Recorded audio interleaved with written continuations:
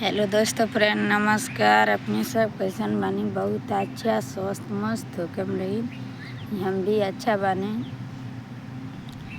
दोस्तों हमारे वीडियो चलत नहीं खे तो अपने सब ज़्यादा से ज़्यादा देखें, लाइक शेयर कमेंट भी प्यारा प्यारा हिंदी में कमेंट करम रही तो हम पढ़ सकीनी, इंग्लिश में कमेंट करम रही तो इंग्लिश में हम ना पढ़।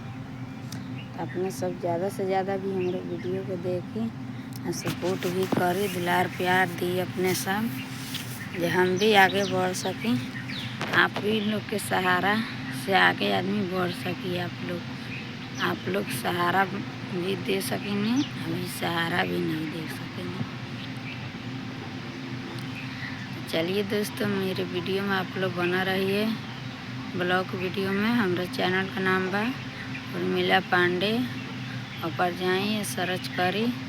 फेसबुक चैनल का नाम बा उर्मिला पांडे, ऊपर जाइए दोनों पर सर्च मारी। आपने सब देखी, दुलार प्यार ज़्यादा से ज़्यादा दी लगी, जो हम भी आगे बढ़ सकें। ठीक बा, 3 साल से वीडियो बना रहे हैं दोस्तों, भी एक बस टाइम नहीं भाग रहा है हमारा।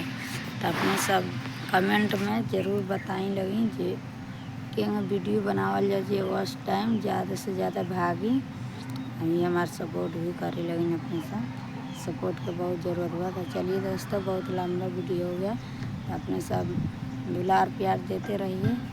ठीक है, दुलार प्यार तो आप लोग देल बिल्कुल कम कर दिले बनी।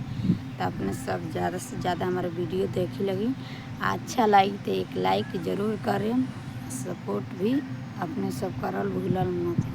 अगर चैनल का सब्सक्राइब नहीं किए हैं तो आप लोग चैनल का जाकर सब्सक्राइब करिए, तब उसके बाद वीडियो देखिए हमारे। ठीक है।